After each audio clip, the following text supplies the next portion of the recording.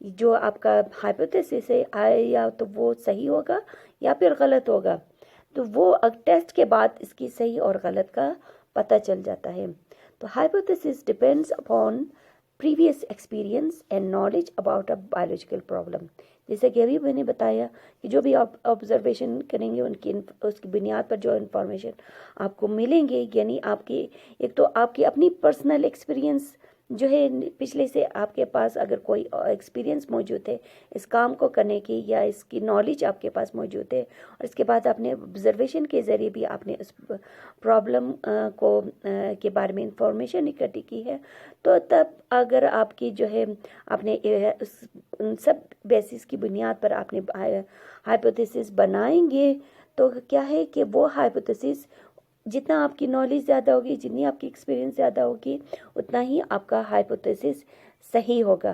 اگر آپ کی ایکسپیرینس کم ہے، نالج کم ہے، آپ کی آبزرویشن اتنی خاص نہیں ہے، تو آپ کا ہائپوتھیسس بھی اتنا جو ہے پرفیکٹ نہیں ہوگا، اتنا صحیح نہیں ہوگا.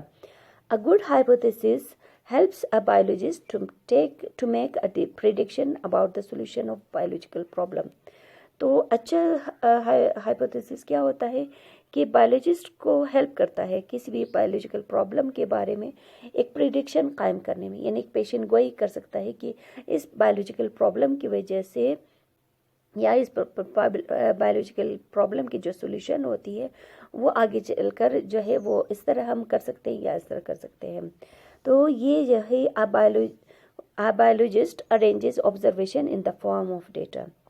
تو اب یہاں پر کیا کرتے ہیں کہ وہ جو بھی آبزرویشن میں ان کو انفارمیشن مل رہی ہے تو اس کو ایک ڈیٹا کی صورت میں اکٹھا کرتے ہیں. ڈیٹا کیا ہے کہ وہ کوئی بھی انفارمیشن جب آپ کے ڈاکومنٹس میں آ جائیں گے، یعنی کاغذات پر ڈاکومنٹس کی صورت میں آپ کے اکٹھی ہونا شروع ہو جاتی ہیں، چاہے وہ ڈفرینٹ ٹائپ کے طریقوں سے آپ اس کو محفوظ کرتے ہیں، تو وہ کہلاتا ہے ڈیٹا.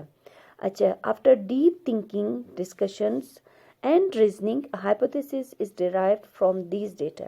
تو یہ ہائپوتھیسس کیسے بنا کہ وہ جو ہے آپ کے آبزرویشنز میں جو بھی ڈیٹا حاصل ہوئی ہے، اب بایولوجسٹ اس پر کافی ڈیپ تھنک یعنی بہت گہری سوچ سمجھ کرتا ہے،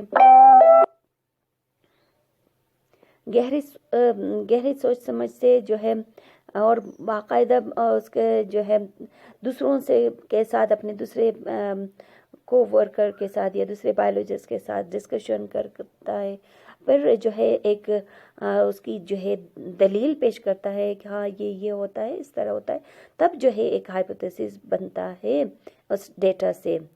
تو ہائپوتھیسس بھی بنانا اتنا آسان کام نہیں ہے، اس کے لیے بھی بہت بایولوجسٹ کو ڈفرینٹ طریقوں سے جو ہے انفارمیشن اکٹھی کر کے تب جا کر اس کو ہائپوتھیسس کی شکل میں بناتے ہیں.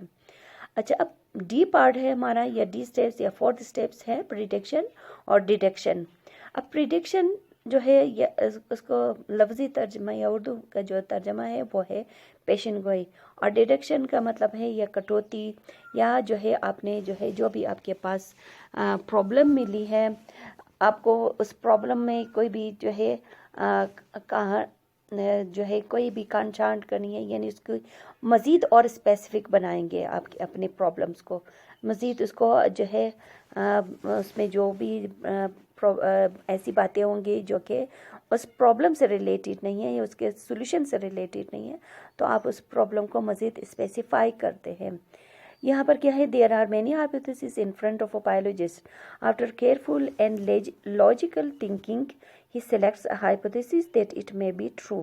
تو یہ پہلے بھی پڑھا کہ آپ کا جو ہے ہائپوتھیسز بہت کیئرفل ہوتا ہے، کیئرفل اور لاجیکل تھنکنگ کے بعد بنتا ہے، تب جا کر وہ صحیح ہو سکتا ہے.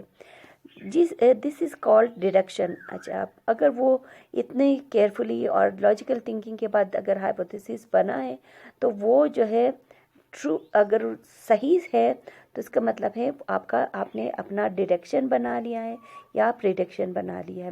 تو اس اسٹیپ کو ہم کہیں گے ڈیڈکشن اور prediction. In other words we can say that اب اگر آپ ڈیڈکشن کی جو ہے ڈیفینیشن کرنا چاہیں گے تو وہ ان الفاظ میں آپ کر سکتے ہیں کہ deduction is a possible specific belief about the solution of a biological problem. یعنی پہلے ہی پہ بتاتے ہیں کہ ڈیڈکشن ایک ممکنہ جو ہے اسپیسیفک بلیفز ہوتا ہے، یعنی خاص ادھر ادھر کی باتیں نہیں بلکہ اسی بایولوجیکل پرابلم کے سولوشنز کے بارے میں ایک اسپیسیفک بلیفز ہوتا ہے کہ ہاں یہ اس طرح سے اس پرابلم کا یہ سولوشن ہو سکتا ہے. اچھا، ڈیڈکشن جب بنایا جاتا ہے تو وہ کیسے بنتا ہے؟ وہ اس طرح بنتا ہے کہ جو ہے آپ نے اپنے انگلش میں اگر سیکھا ہوگا ایف کلازز، تو آپ جو ہے وہ ایف کلازز جو ہے اپنے ڈیڈکشن بنانے میں استعمال کرتے ہیں. یعنی ڈیڈکشن کا اسٹیٹمنٹ یعنی جملہ کس طرح بنتا ہے، وہ ایف کلازز والا ہوتا ہے. The deduction is based on if and then format. For example, if malaria is due to plasmodium, then all the malarial patients should have plasmodium in their blood. یعنی یہ ایک ڈیڈکشن ہے جس میں یہ کہا گیا ہے کہ اگر ملیریا پلازموڈیم کی وجہ سے ہوتا ہے. پلازموڈیم کیا ہوتی ہے؟ چھوٹے چھوٹے ٹائنی پارٹیکلز یا مائکرو آرگینزمس ہوتے ہیں جو کہ خون میں جا کر ملیریا کی وجہ بنتی ہے. تو یہاں پر بھی ڈیڈکشن یہ بنایا جا رہا ہے کہ if malaria is due to plasmodium, کہ اگر پلازموڈیم کی وجہ سے ہوتا ہے تو کیا ہوتا ہے کہ آل ملیریل پیشنٹس، ان تمام جو ملیریا پیشنٹس ہیں ان کے خون میں اس پلازموڈیم کو ہونا چاہیے. یعنی یہ بات صرف ایک پیشنٹ میں نہیں ہونا چاہیے بلکہ تمام پیشنٹس میں ہونا چاہیے، تمام ملیریا پیشنٹس میں.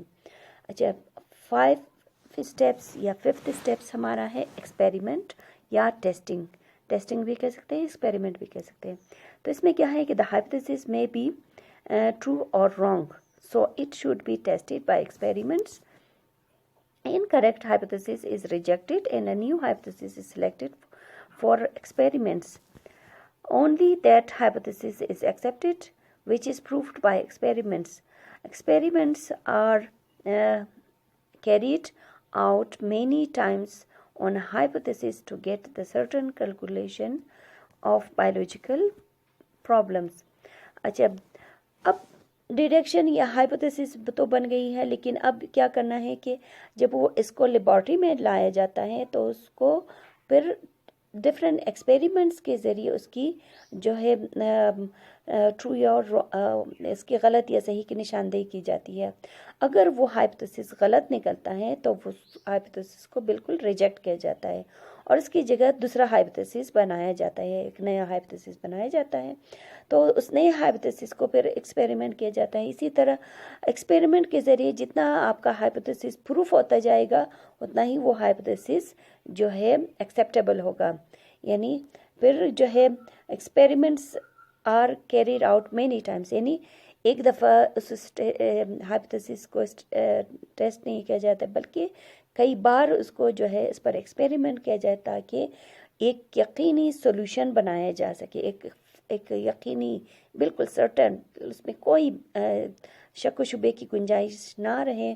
تب جا کر جو ہے اس بایولوجیکل پرابلم کا جو ہے ایک نتیجہ نکالتے ہیں یا سولوشن نکالتے ہیں کہ یہ اس بایولوجیکل کا پرابلم کا یہ کنکلوژن ہے یا یہ سولوشن ہو سکتا ہے. نمبر 6 اسٹیپس انالیسس سے ہوتا ہے.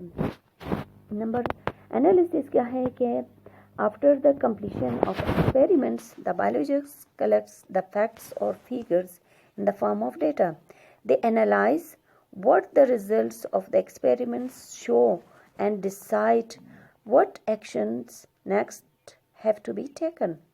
The data is اچھا یہاں تک پڑھتے ہیں کہ انالیسس کیا ہوتی ہے. انالیسس یہ ہوتی ہے کہ آپ کے پاس ایکسپیریمنٹس کے بعد یا ایکسپیریمنٹس کے دوران جو بھی انفارمیشن ملتی ہے، خصوصاً وہ فیکٹس اور فگر کی صورت میں. فیکٹس کا مطلب ہوتا ہے وہ نمبرز، فگرز یا نمبرز کے ذریعے، یا جو ہے کمپلیٹ جو ہے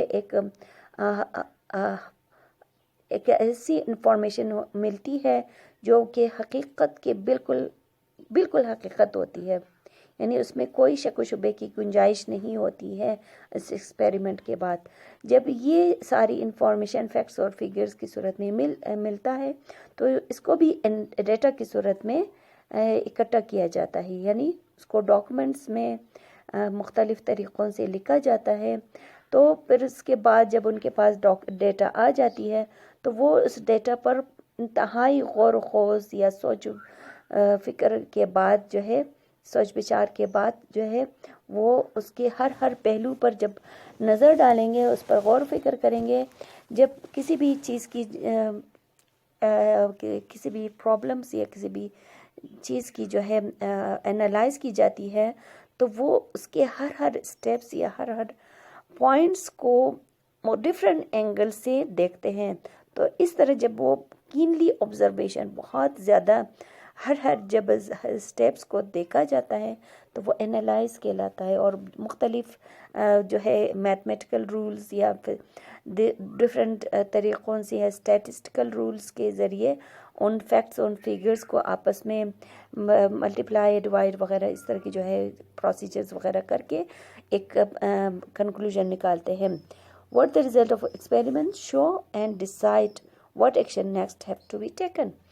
اچھا، پھر انالائز کے بعد پھر وہ یہ جو ہے نتیجہ نکالتے ہیں کہ ایکسپیریمنٹس کا رزلٹ کیا شو کر رہا ہے، اور اس کے بعد پھر ہمیں کیا فیصلہ کرنا چاہیے کہ آگے ہمیں کیا کرنا ہے. تو ڈیٹا از کمپیئرڈ اسٹیٹسٹیکلی کیا ہے کہ وہ ڈیٹا جو ہے نمبر وائز جو ہے اس کو ایک دوسرے سے کمپیئر کیا جاتا ہے. اسٹیٹسٹیکلی یعنی اعداد و شمار کے ذریعے ڈفرینٹ ٹیبلز بنائے جاتے ہیں، گرافز بنائے جاتے ہیں، اور ڈفرینٹ جو ہے مختلف قسم کے اور جو ہے اسٹیٹس کے یعنی اس کے جو ہے رولز اس میں اپلائی کیا جاتا ہے. تو یہ نہیں انالیسس کا کام بھی بہت مشکل ہوتا ہے. اس میں پھر کیا ہوتا ہے کہ آگے جا کر prediction of hypothesis are compared with those of null hypothesis, یعنی اگر آپ کا جو ہائپوتھیسس آپ نے کسی بھی ہائپوتھیسس کے بارے میں جو اپنے پیشنٹ کو ہی کی ہے اس کو بھی کمپیئر کیا جاتا ہے کہ جو ادر ہائپوتھیسس آپ کے پاس ہے جو کہ نل ہائپوتھیسس ہے، وہ میں نے وہ جو ابھی آپ کا ہائپوتھیسس یعنی صحیح نہیں تھا اس کے ساتھ کمپیئر کیا جاتا ہے. پھر if the analysis of data disapproves the hypothesis، یعنی اگر انالیسس کے ذریعے وہ ہائپوتھیسس اپروو نہیں ہو جاتا ہے یعنی صحیح ثابت نہیں ہو سکتا ہے، تو کیا ہوتا ہے کہ biologist selects another hypothesis for testing it with experiments. اب آپ خود ہی دیکھیں کہ ہائپوتھیسس ہمارا ہر اسٹیپس پر چیک کیا جاتا ہے. یہ نہیں تھا کہ ایک دفعہ ہائپوتھیسس بن گیا تو وہ بن گیا، یا ایک اسٹیپ پر وہ پروف ہو گیا تو دوسرے اسٹیپ پر وہ پروف یعنی اپروف نہیں ہو سکتا ہے یا ریجیکٹ نہیں ہو سکتا ہے. تو ہر اسٹیپس پر ہائپوتھیسس کو سالو کیا جاتا ہے. تو دوسرا کیا ہے کہ اگر ہائپوتھیسس سالو نہیں ہوتا ہے تو بایولوجسٹ جو ہے دوسرا ہائپوتھیسس اس طرح بناتے جاتے ہیں. In this way, a final conclusion is drawn on the basis of statistical analysis. تو اب اگر ہائپوتھیسس پروف ہو جاتا ہے انالیسس کے بعد تو کیا ہوتا ہے کہ ایک فائنل کنکلوژن یا ایک حتمی نتیجہ نکالتے ہیں کہ جو ہے وہ حتمی نتیجہ کس بیسس پر بنایا جاتا ہے، وہ اسی اسٹیٹسٹیکل انالیسس کے ذریعے فائنل نتیجہ نکالتے ہیں. اب 6 پارٹ کے بعد یا F پارٹ کے بعد ہے جی پارٹ میں یا جی سٹیپس میں ہم رپورٹنگ دا ریزلٹس کرتے ہیں. رپورٹنگ دا ریزلٹس کیا ہوتی ہے کہ after reaching a certain conclusions about a biological problems the biologists share their views with other biologists.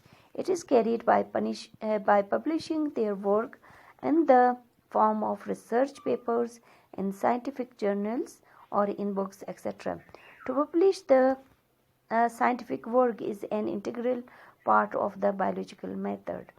اچھا، رپورٹنگ میں کیا ہے کہ سائنٹسٹ کو اب انالیسس اسٹیپس تک جتنے بھی انفارمیشن ملی، جتنے بھی کنکلوژنس ملی، جتنے بھی جو ہے انہوں کے پاس ہائپوتھیسس ان کا کریکٹ سامنے آتا گیا، تو اب جو ہے وہ کریکٹ ہائپوتھیسس کے بارے میں جو ہے اپنا ایک رپورٹ بنائیں گے، اس کو ڈیٹیل میں لکھیں گے کہ ہائپوتھیسس کو کس طرح اس کو پروف کیا گیا ہے، اور یہ کس بات کی نشاندہی کرتا ہے آگے جا کر اگر یہ ہائپوتھیسس صحیح ہے تو یہ جو ہے ہمارے انوائرمنٹ میں یا اس بایولوجیکل آرگینزم میں پرابلم کی وجہ سے آگے جو ہے یہ مسائل پیدا ہو سکتے ہیں، یا یہ اس کے آنسر ہو سکتے ہیں کہ اگر اس کو ہم پرابلمس کو اوائڈ کرنا چاہیں گے.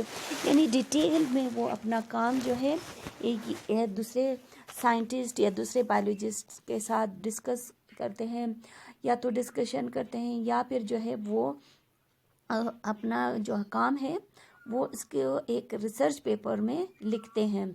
ریسرچ پیپر میں لکھنے کے بعد پھر وہ کسی سائنٹیفک جرنل یعنی سائنسی جو ہے جرنلز وغیرہ ہوتے ہیں یا بکس کی صورت میں بھی اس کو پبلش یعنی پرنٹ آؤٹ کیا جاتا ہے، لوگوں میں تقسیم کیا جاتا ہے. ایون جو ہے سائنٹسٹ دوسرے سائنٹسٹ کو دکھایا جاتا ہے تاکہ جو ہے وہ بھی اس کے کام پر غور و فکر کرے اور جو ہے اور یا تو اس کے کام کو ایکسیپٹ کریں یا پھر ریجیکٹ کریں. یعنی یہاں تک اس کا کام پورا ایک جو ہے وہ فائنل سٹیج پر نہیں پہنچا ہوا ہے، یعنی وہ ابھی تک اس کو پروف ہونا ہے، اس کے کام کو پروف ہونا ہے دوسرے سائنٹسٹ کی مدد سے. دوسرے سائنٹسٹ جب اس کے کام کو اچھی طرح سے دیکھیں گے تو تب جا کر جو ہے اس کا کام پروف ہو سکتا ہے، اور جب اس کا کام پروف ہو جاتا ہے تو وہ سائنٹیفک تھیوری کہلاتی ہے. اس کا کام یعنی جو ہائپوتھیسس وغیرہ جو بنائی ہوئی ہے اس نے وہ سائنٹیفک تھیوری پھر کہلائیں گے. اچھا، یہاں پر جو رپورٹنگ ہے یہ بہت امپورٹنٹ ہے. انٹیگرل کا مطلب ہوتا ہے امپورٹنٹ یا لازمی.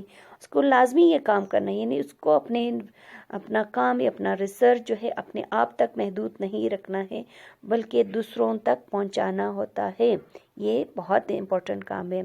اگر دوسروں کو نہیں پہنچائیں گے تو کیسے دوسرے سمجھائیں گے کہ اس نے کیا کام کیا ہے.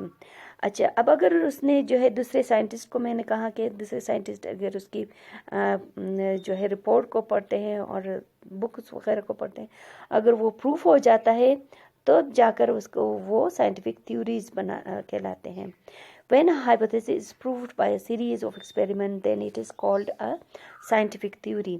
یعنی دوسرے سائنٹسٹ صرف جو ہے جسٹ اپنے نالج کی بنیاد پر وہ اس کو اپروف یا ڈس اپروف نہیں کرتے ہیں، بلکہ وہ جو ہے وہ بھی اس پر ایکسپیریمنٹ کرتے ہیں. یعنی سیریز آف ایکسپیریمنٹ ہوتا ہے، ایک باقاعدہ ہر طرف سے اس پر تجربات کیے جاتے ہیں، تب جو ہے وہ سائنٹیفک تھیوری بنتی ہے. A theory remains valid as long as there are no evidences to disapprove it. اور یہ سائنٹیفک تھیوری اس وقت تک تھیوری رہتی ہے، یعنی یہ اس کی جو ہے صحیح اس وقت رہتی ہے جب تک جو ہے کوئی دوسرا ایسا ثبوت نہیں ملتا ہے جو کہ اس تھیوری کو غلط ثابت کر سکے یا ڈس اپروو کر سکے. تو an explanatory theory which gives the final solution of biological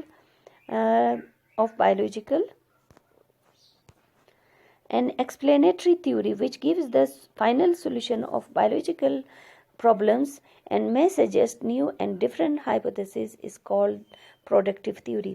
اچھا، یہاں تک جو ہے سائنٹیفک تھیوری تو بن گئی. اب چونکہ ڈفرینٹ سائنٹسٹ نے اپنا اپنا کام کیا تو ان کے جو ہے انہوں نے اپنا بھی ایک تھیوری، پھر ان کا اپنا بھی ایک تھیوری بنتا ہے. تو وہ تھیوری ان کے تھیوری جو ہے یہ ایکسپلینیٹری ہوتے ہیں، یعنی ایکسپلینیشن کرتے ہیں کہ اس بایولوجیکل پرابلم کے یہ حل بھی ہو سکتے ہیں.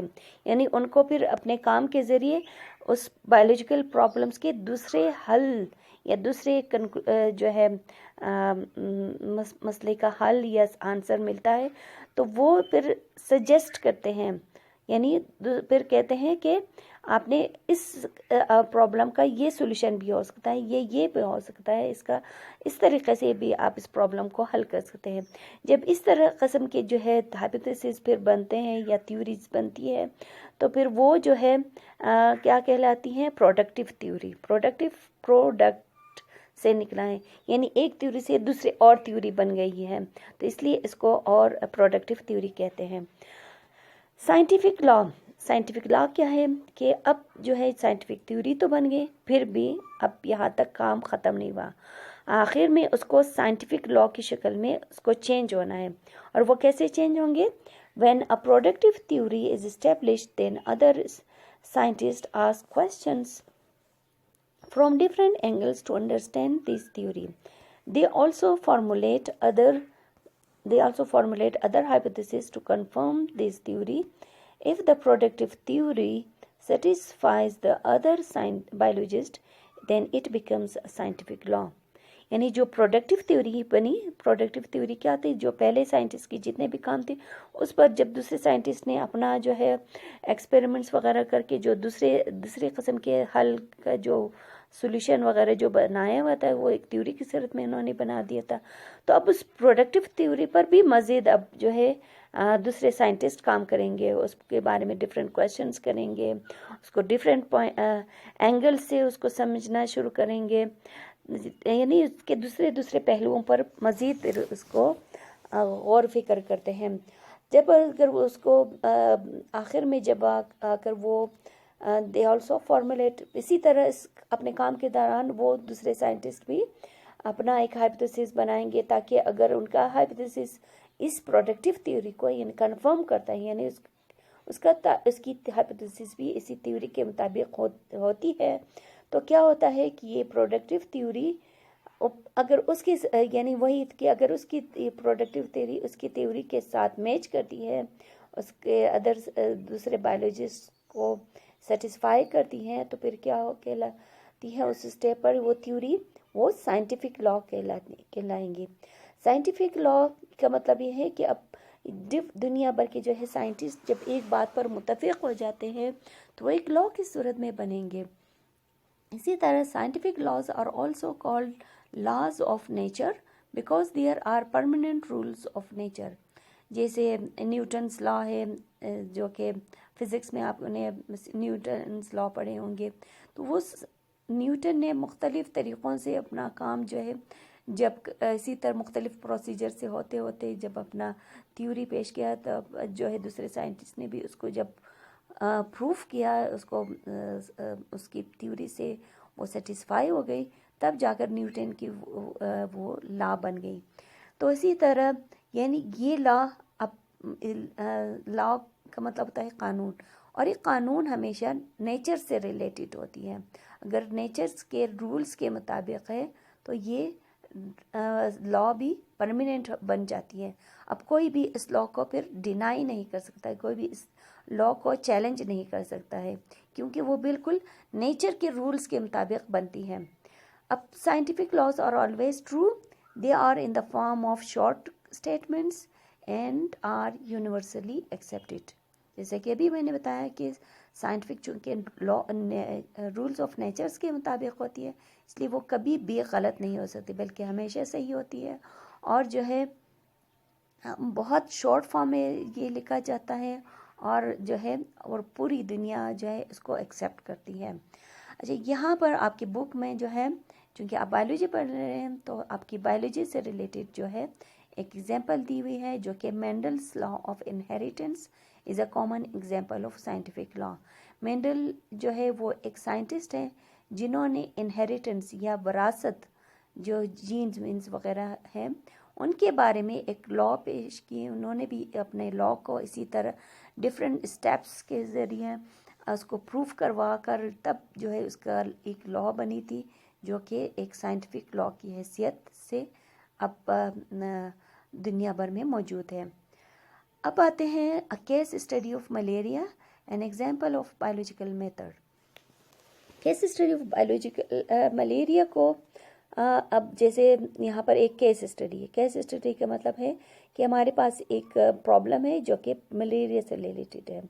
اب ملیریا کیا ہے، کس طرح یہ ڈیزیز پھیل گئی اور کہاں تک انہوں نے جو ہے پرابلمس کریٹ کی، تو یہ یہاں پر جو ہے جتنے بھی آپ نے اسٹیپس سے پہلے پڑھے، اس اسٹیپس کے ذریعے ہم اس ملیریا کے پرابلم کو حل کریں گے، یعنی بایولوجیکل میتھڈ کے ذریعے اس کو حل کیا گیا ہے۔ ادھر ملیریا کیا ہے؟ Malaria is a common example of biological problem. Following discussions will reveal that how this problem was solved by biological method. اچھا، ملیریا کو بھی اسی طرح بایولوجسٹ نے اسی اسٹیپس کے ذریعے ملیریا کے پرابلم کو حل کیا گیا ہے۔ ملیریا کیا ہے کہ malaria is an ancient disease, یعنی بہت قدیم بیماری ہے، جو کہ یہ بھی وبا کی صورت میں، پینڈیمک کی صورت میں دنیا بھر میں پھیل گئی تھی، اور اس کی وجہ سے لاکھوں لوگ جو ہے سالانہ مرتے ہیں، بلکہ ابھی بھی افریقہ اور ایشیا میں لوگ جو ہے اس کی وجہ سے مرتے ہیں۔ ملیریا جو ہے وہ کیا ہے کہ اس میں آپ کو جو ہے آپ کو ٹھنڈ لگتی ہے، ٹھنڈ بخار لگتی ہے، چل ہوتی ہیں، آپ کو شیورنگ ہوتی ہے، اور آپ کا ٹیمپریچر جو ہے یعنی فیور، بخار بڑھ جاتا ہے۔ تو یہ اس قسم کی بیماری ہے۔ تو یہ بیماری کیسے اور کس طرح اس کا نام پڑ گیا ہے؟ تو یہ بیماری جو ہے اٹیلین، یہ جو نا اٹلی کا ملک ہے، اس اٹیلین لینگویج سے اس ملیریا کا نام لیا گیا ہے۔ It is derived from two Italian words. That is mala means bed. مالا کا مطلب اٹلی میں بیڈ ہوتا ہے، اور ایریا کا مطلب ہوتا ہے ایئر، یعنی ہوا جو ہے، اٹلی میں ہوا کو ایریا کہا جاتا ہے۔ This name was given to a common belief of that time about this disease. تو اب اس زمانے کے لحاظ سے جو ہے جو بھی کنڈیشن چل رہی تھی، جو بھی ایک تاثر یا ایک بلیف جو ہے اس بیماری کے بارے میں پھیل گئی تھی، اسی بیماری کے نام سے یا اس کی بلیفس کی وجہ سے اس بیماری کا نام ملیریا رکھا گیا۔ اچھا، according to these beliefs the bad air of swampy places was responsible for this disease. Malaria was a dangerous disease of past, and it is still common disease in different parts of the world, especially Africa and Asia. تو malaria کا نام malaria کیوں پڑ گیا ہے؟ تو malaria جو ہے ان کا اس زمانے میں ایک بلیف تھا کہ اگر سوامپی پلیسز سے جو آلودہ ہوا، یہ گندا ہوا آتی ہے، وہ اس کی وجہ سے یہ بیماری پھیلتی ہے۔ سوامپی کا مطلب ہوتا ہے دلدلی علاقے، یعنی وہ علاقے جو کہ جہاں پر نمی موجود تو ہوتی ہے، اس کی زمین جو ہے بہت نرم ہوتی ہے، چونکہ اس کے نیچے جو ہے موئسچر بہت زیادہ ہوتی ہے، جس کی وجہ سے وہ علاقے دلدلی بن جاتے ہیں۔ تو ایسے علاقوں سے جب گندی ہوا، ظاہر ہے جہاں کہیں پر بھی پانی کا جو ہے ٹھہراؤ ہوتا ہے، پانی جو ہے کہیں پر رہتا ہے، تو وہ جگہ بدبودار ہو جاتی ہے، اور اس بدبودار جگہ سے پھر اس کی چلنے والی ہوائیں بھی بدبودار ہوتی ہیں یا گندہ ہوتی ہیں۔ اسی طرح جب یہ بلیف اس دور میں چل گئی کہ سوامپی پلیسز میں سے جو ہوا آتی ہے اس کی وجہ سے بیماری پھیلتی ہے۔ یہ بیماری اب بھی افریقہ اور ایشیا میں کامن ہے۔ اچھا، اب اس بیماری کا جو ہے اب بایولوجیکل پرابلمس کے ذریعے اس کے جو ہے طریقہ کار پڑھتے ہیں کہ انہوں نے اس بیماری کو کیسے اس کا علاج ڈھونڈ لیا۔ اچھا، biological problem 1. The work of different biologists to know the cause of malaria is given below. تو انہوں نے اس ملیریا کی جو ہے کازز کس طریقے سے کی، جو ہے وہ ڈفرینٹ بایولوجسٹ کا کام ہم یہاں پر پڑھیں گے۔ نمبر 1 بایولوجسٹ کیا ہے جو کہ اس ملیریا پر کام کیا، انہوں نے وہ ہے اس کا نام ہے ڈاکٹر الفانسو لیورن۔ ڈاکٹر الفانسو لیورن جو ہے 1845 میں پیدا ہوا تھا اور 1922 میں اس کی جو ہے ڈیتھ ہوئی، اور Laveran was awarded with Nobel prize in 1907 due to his work on malaria. تو اس کو نوبل پرائز بھی دیا گیا ہے، جو کہ 1907 میں اس کو دیا گیا تھا، اور جو ہے یہ کیوں دیا گیا کہ اس کا کام جو ہے انہوں نے ملیریا پر کیا تھا۔ اچھا، یہاں پر بھی آپ کو یہ جو چھوٹے چھوٹے باکسز ہوتے ہیں اس کو آپ بھی ضرور پڑھنا چاہیں، کیونکہ یہ بھی آپ کے لیسن سے ریلیٹڈ ہے کہ according to the report of the UNICEF more than 1 people died of malaria each year throughout the world. یعنی پوری دنیا میں یونیسیف کی رپورٹ کے مطابق ہر سال جو ہے اس زمانے میں 1 ملین پیپل مرتے تھے. یہ کیا تھا کہ شروع میں ملیریا سے سالانہ اموات 1 ملین سے بھی زیادہ ہو سکتی تھی. اچھا، اب آبزرویشن آف لاورین پڑھیں گے کہ he was a French army physicians کا مطلب کیا ہوتا ہے کہ وہ فزکس سے ریلیٹڈ جو ہے جو سائنٹسٹ ہوتا ہے اس کو فزیشین کہا جاتا ہے. تو یہ بیسیکلی تو فزکس سے ریلیٹڈ تھا، لیکن اس نے جو ہے بایولوجی پر بھی کام کیا. ان 1878 he was working on the cause of malaria. اپنا ملیریا کی جو ہے کاز کا یا ریزن، اس کی وجوہات پر جو ہے انہوں نے 1878 میں شروع کیا. He observed some tiny living creatures in the blood of malarial patients. He thought that these tiny creatures may be the cause of malaria, but other biologists gave no importance to his work. Later on, some other physicians also noticed these tiny creatures in the blood of other malarial patients. These biologists now gave importance to these creatures and called them Plasmodium. اچھا، 1878 میں جب لاورین نے اس malaria پر کام کیا، اس کے causes پر کام کیا، تو انہوں نے جو ہے اس کو چھوٹے چھوٹے پارٹیکلز، چھوٹے چھوٹے کریچرز چونکہ لیونگ آرگینزمس ہوتے ہیں، اس لیے وہ لیونگ آرگینزمس، جو چھوٹے چھوٹے لیونگ آرگینزم کو اس نے ملیریا پیشنٹس کے خون میں دیکھا. تو جب اس نے ملیریا پیشنٹس کے خون میں دیکھا تو اس نے یہ سوچا کہ یہی چھوٹے چھوٹے لیونگ آرگینزمس یا کریچرز وہ ملیریا کا سبب بنتے ہیں. یعنی اس کو ہیلدی پیپل میں یہ ٹائنی کریچرز نظر نہیں آئے، بلکہ ملیریل پیشنٹس میں یہ ٹائنی کریچرز نظر آیا. تو شروع میں تو دوسرے سائنٹسٹ نے اس کی کام کو کوئی امپورٹنس نہیں، انہوں نے اس کو ریجیکٹ کر دیا. لیکن بعد میں دوسرے اور فزیشینس نے اس کے کام پر جب غور و فکر کیا، اس کو نوٹس، تو انہوں نے یہ نوٹس کیا کہ ہاں یہ چھوٹے چھوٹے ٹائنی کریچرز ہوتے ہیں ملیریل پیشنٹس میں. تو اس طرح جو دوسرے بایولوجسٹ ہیں انہوں نے اس ٹائنی کریچرز کو پلازموڈیم کا نام دیا. پلازموڈیم کیا ہوتی ہیں؟ وہ ٹائنی آرگینزمز جو کہ کیا ہوتی ہے؟ ملیریا کی وجہ بنتی ہے یا مائکرو آرگینزمز ہوتی ہیں. اچھا، اب آتے ہیں کہ آبزرویشن آف ڈفرینٹ بایولوجسٹ نے اس کے بارے میں یعنی ملیریا کے بارے میں کیا کیا آبزرو کیا. In the last part of the 19th century, there were following observations about malaria. جو دوسرے 19th century کے آخر میں جو دوسرے بایولوجسٹ کی جو آبزرویشن تھی وہ یہ تھی. Number 1، plasmodia are found in blood of all malarial patients. یعنی تمام سائنٹسٹ اب اس بات پر متفق ہو گئے کہ جو ہے تمام ملیریل پیشنٹس کے خون میں پلازموڈیا پایا جاتا ہے. پلازموڈیا جو ہے وہی پلازموڈیم کی سنگولر فارم ہوتی ہے. People live near marshes mostly affected by malaria. Observation کے ذریعے اس کو یہ بھی انفارمیشن ملی کہ جو لوگ مارشز ایریا یا دلدلی علاقوں میں کے قریب رہتے ہیں وہ زیادہ ملیریا کا شکار ہوتے ہیں.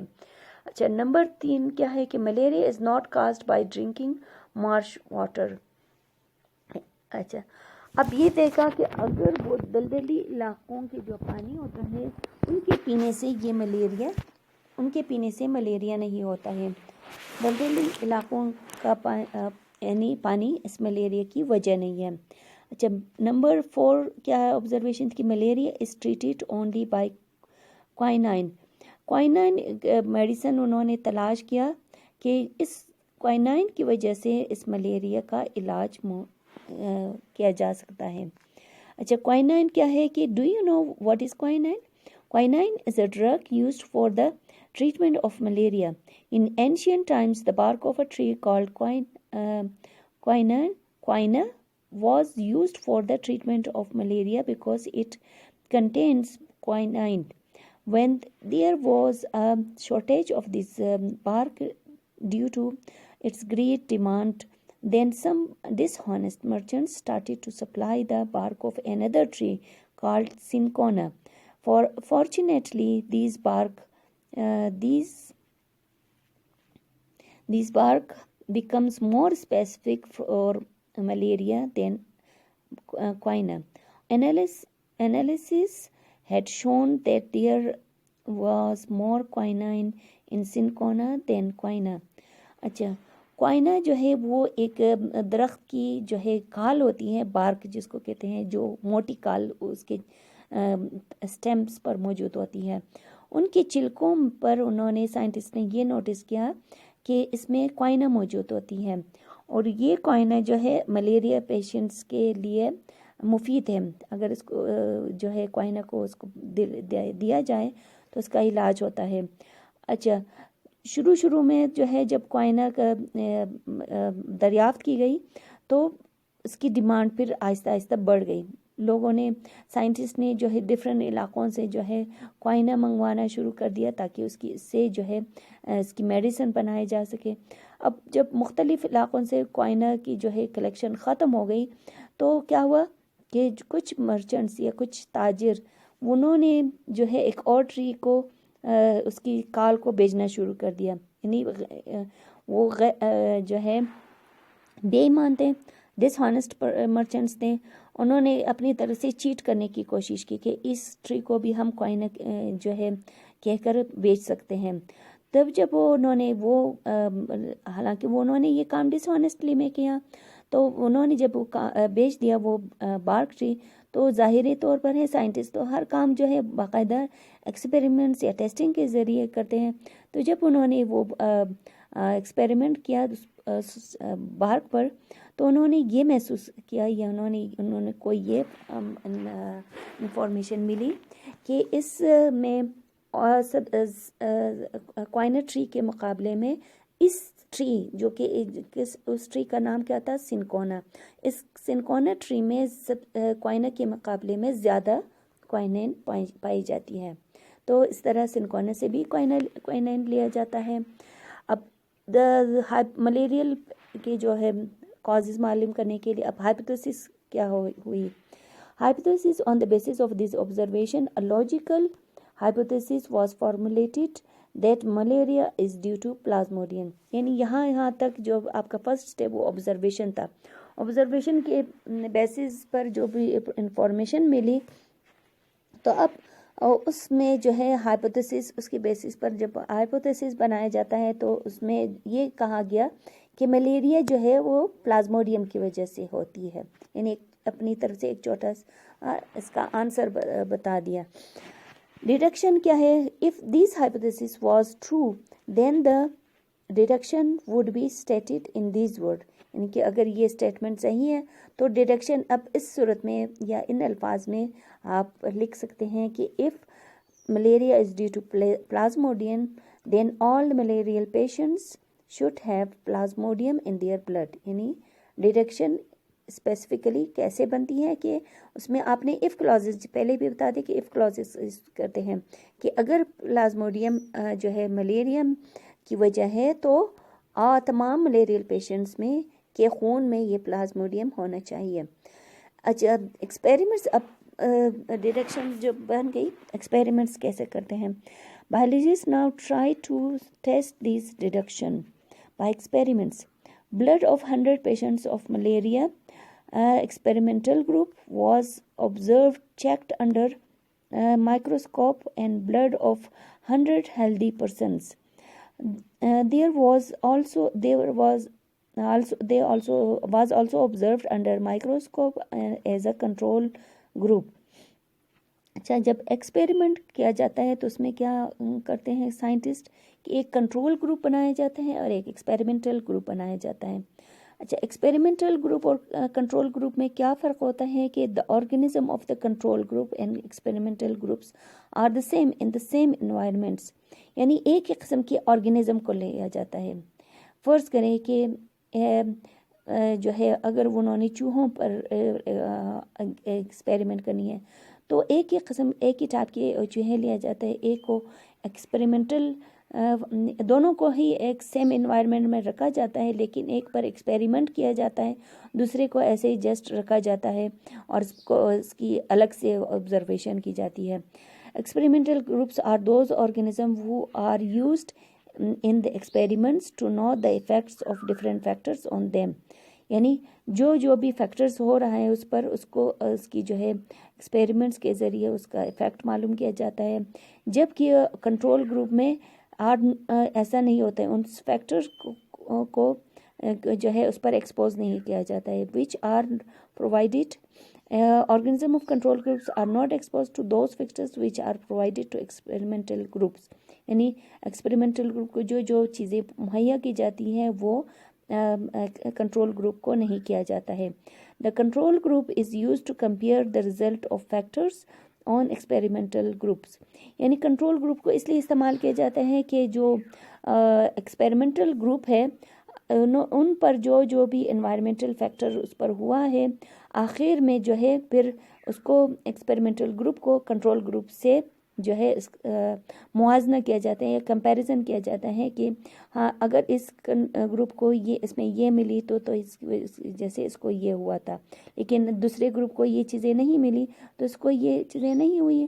تو اس طرح یعنی اس کا کنٹرول گروپ اور ایکسپیریمنٹل گروپ بنتا ہے. اچھا اس کی ایگزامپل کیا ہے کہ آپ اس ایگزامپل سے ایزیلی سمجھ جائیں گے. فرض کریں کہ لائٹ ہے. Light is provided to some plants, experimental groups, but not provided to other plants, that is a control group. یعنی ایک ایسے پلانٹس لیے جس ایک کو روشنی میں رکھا گیا اور دوسرے کو روشنی نہیں دیا گیا. اب اس کا فیکٹ دیکھیں گے کہ جن پودوں کو روشنی دیا گیا ہے وہ اس پر کیا اثر ہوا اور جن کو نہیں دیا گیا پھر کیا اثر ہوا. دونوں کا کمپیریزن کرنے کے بعد جو ہے وہ کسی نتیجے پر پہنچتے ہیں کہ آفٹر سم ڈیز ان کو کیا نتیجہ نکلا. اب دیکھتے ہیں. After some days it was found that carbohydrates were formed by experimental groups while not formed by control group, یعنی ایکسپیریمنٹل گروپ میں یہ دیکھا گیا کہ لائٹس کی وجہ سے جو ہے ان میں کاربوہائیڈریٹس بن رہی تھی، جبکہ کنٹرول گروپ میں چونکہ وہاں پر لائٹ موجود نہیں تھی اس لیے وہاں پر کاربوہائیڈریٹ نہیں بنا. کاربوہائیڈریٹ کیا ہوتی ہے؟ وہ فوڈ ہوتی ہے پلانٹس کی جو کہ روشنی کی مدد سے بنتی ہے. اگر پلانٹس کو روشنی ملتی ہے تو فوٹوسنتھسس کے عمل کے ذریعے سے کاربوہائیڈریٹ بنا سکتے ہیں، ورنہ تو نہیں بنا سکتے ہیں.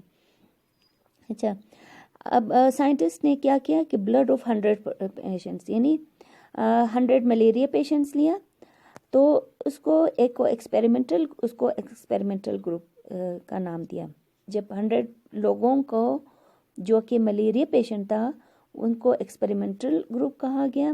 Was observed checked under microscope blood of 100.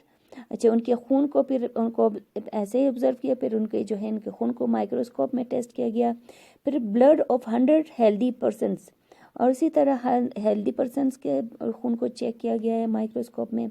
was also observed under microscope as a control group. اچھا the blood of all the patients had plasmodium. The plasmodium were not found in the blood of 97 healthy persons, but it was quite strange to see that plasmodium were also found in the blood of 7 healthy persons. These shows that these healthy persons will become malarial patients in near futures because the plasmodium are in incubation periods. اچھا جو 100 healthy person تھا، ایک 100 healthy person تھا اور ایک 100 جو ہے ملیریل patient تھا. جب ان دونوں گروپس کے خون کو ایک کو 100 جو ملیریا پیشنٹ ہے ظاہر ہے وہ ایک اسپیسیفک انوائرمنٹ میں رہے ہیں جس کی وجہ سے ان کو ملیریا ہوا ہے، تو ان کے خون کو جو ہے مائکروسکوپس کے ذریعے سے آبزرو کیا گیا. اس طرح ہیلدی پرسنس کے خون کو بھی مائکروسکوپ میں جب آبزرو کیا گیا تو ان کو یہ دیکھ کر حیرانی ہوئی کہ جو ہے ملیریل پیشنٹس میں تو پلازموڈیم موجود تھی ہی، لیکن ہیلدی پرسنس کے خون میں بھی کچھ افراد یعنی 100 میں سے 7 پیپل کے جو ہے خون میں یہ پلازموڈیا پائی گئی. اب ہے وہ بظاہر تو ہیلدی نظر آ رہا ہے، لیکن جو ہے اس کے خون میں پلازموڈیم موجود تھی. اب انہوں نے مزید اس پر کام کیا کہ وہ جو پلازموڈیا ان کے خون میں موجود ہے وہ کس کنڈیشن میں ہے. تو انہوں نے دیکھا کہ وہ انکیوبیشن پیریڈ میں ہے، یعنی ان کی باڈی میں تو انٹر ہوئی ہے لیکن انہوں نے اپنا کام کرنا شروع نہیں کیا، بلکہ وہ ابھی کم تعداد میں وہ اس وقت وہ انڈے دے رہے ہیں یا اپنے انڈوں کو جو ہے مختلف طریقوں سے اس کی جو ہیچنگ آؤٹ ہوتی ہے وہ کر رہے ہیں. تو اس پیریڈ کا نام انہوں نے انکیوبیشن پیریڈ دیا، یعنی جو کوئی بھی آرگینزم انڈے دینے کے بعد یا کسی بھی آرگینزم میں انڈے سے جب جیسے اب یہ برڈز میں بھی ہوتی ہیں انکیوبیشن پیریڈ کے، انڈے سے چوزے نکلنے تک کے ٹائم کو انکیوبیشن پیریڈ کہا جاتا ہے. اسی طرح اگر پیراسائٹس وغیرہ ہماری باڈی میں انٹر ہو جاتی ہے، کسی بھی ہوسٹ جو ہے وہ آرگینزم ہے جس کے باڈی کے اندر پیراسائٹ انٹر ہوتی ہے. اب انٹری کا ٹائم اور and appearance the symptoms of disease is called incubation period. اور جب تک جو ہے اس میں ڈیزیز کا سمٹم ظاہر نہیں ہوتا ہے اس ٹائم پیریڈ کو ہم انکیوبیشن پیریڈ کہتے ہیں، کیونکہ اس ٹائم پیریڈ کے دوران وہ مختلف اپنے تعداد بڑھاتے ہیں تاکہ جو ہے اس میں ڈیزیز کاز کر سکتے. ایک آرگینزم سے ایک مائکرو آرگینزم کے اندر جانے سے یا پیراسائٹس کے جانے سے اتنا جو ہے اثر نہیں ہوتا ہے کہ جتنے زیادہ تعداد میں اگر پیراسائٹ ہماری باڈی میں پیدا ہو جائے. تو اب یہاں تک ہو گئی جو ہے ہماری ایکسپیریمنٹس ختم. تو آگے جا کر انہوں نے کنکلوژن کیا بنائی. These results showed that the hypothesis that was formulated was true. تو کنکلوژن یہ بنایا کہ یہ جو بھی ہائپوتھیسس اس ملیریل پیشنٹس کے متعلق جو ہائپوتھیسس بنی تھی وہ صحیح تھی. کہ ہائپوتھیسس کیا تھی کہ if the malaria is due to the plasmodium, یعنی پلازموڈیم کی موجودگی کی وجہ سے ہی جو ہے ملیریا ہوتی ہے. اوکے، آپ کا ختم. اللہ حافظ.